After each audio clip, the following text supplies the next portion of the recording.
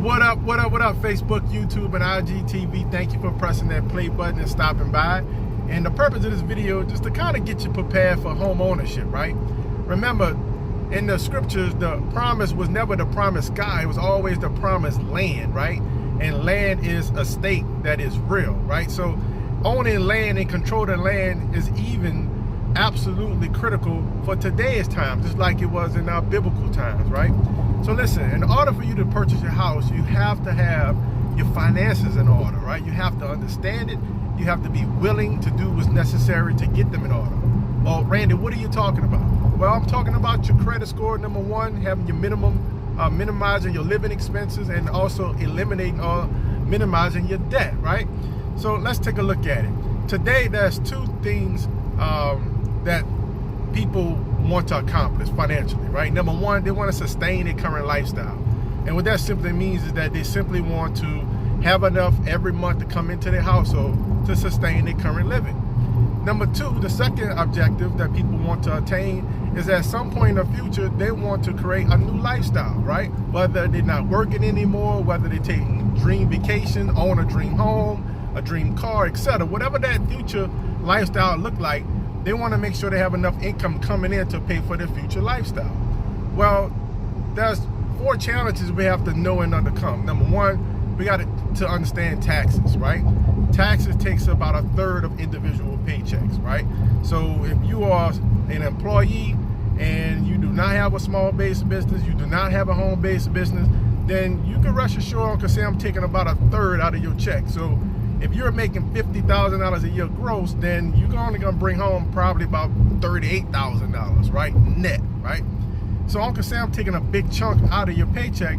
Not only that, but when you go and spend money on items to buy for food, for gas, for clothing, whatever that is, you're taxed again, right?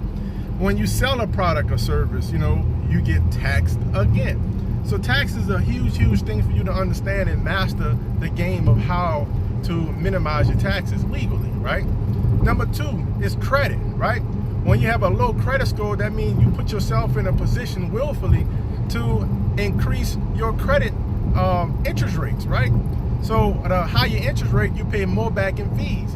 For example, if you purchase a vehicle and you have a 700 plus credit score, then that vehicle of $20,000 might be, an interest rate of 2.5%, 2.1%. But if your credit score is in the low 500s or in a very low 600s, your credit interest rate might be 14%, 15%, 18% in some cases. I've seen that.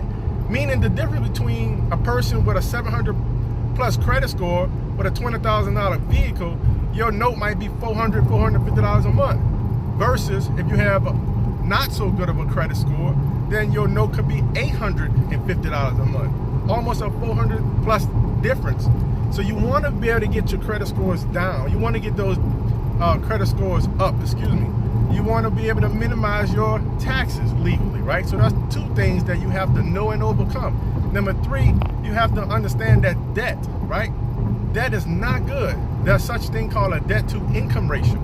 Meaning that when the lender, I'm a co-branch manager with a mortgage company. I've been licensed as a mortgage loan originator since 2008. My NMLS number is 145175. So in order for you to get qualified for a mortgage, you have to meet a debt to income ratio. For example, an FHA loan, which is really geared towards individuals that's going to be occupying a home, maybe first-time home buyers. Then the FHA loan requires 3.5% down, but it also requires a 50% max debt to income ratio, right? So you have to understand and know that. And then lastly is spending habits, right? Spending habits. We can't spend money on things that's not gonna benefit us right now. We can't spend on items that we want. You should be just focused on items you need at this time so you can prepare yourself for home ownership, right? So if you don't need that new car, don't go get it. If you don't need them new clothes, don't go get it, right? Let's wait a little while. Let's get you in your home. Then you can go buy the furniture you want. Then you can go buy the new car to put in that driveway. So debt is a big thing that we have to be able to understand and control our spending habits. But that's the four challenges that you have to know and overcome to be able to purchase your house or even be financially free in the future, right?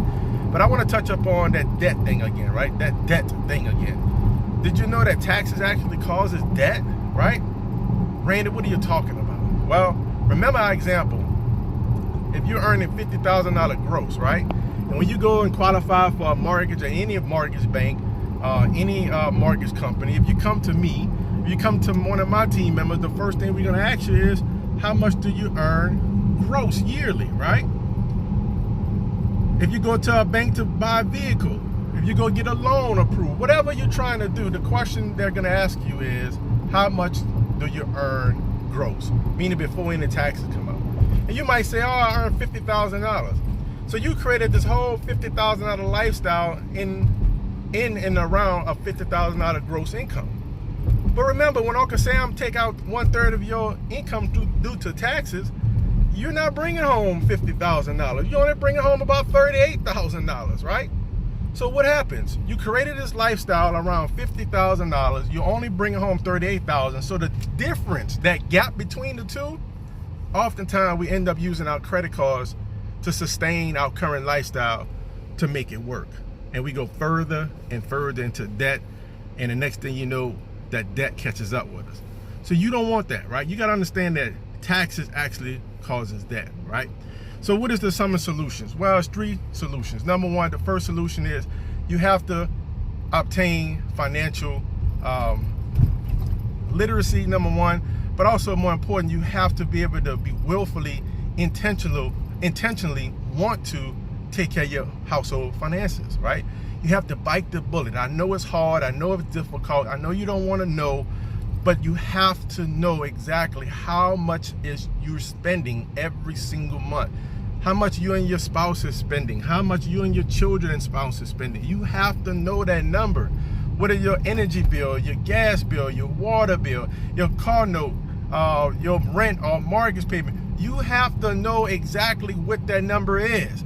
Whether it takes $4,000 a month for you to live your current lifestyle, or $8,000 a month, or $3,000 a month, you have to know that number, because that's the only way that you can make a change.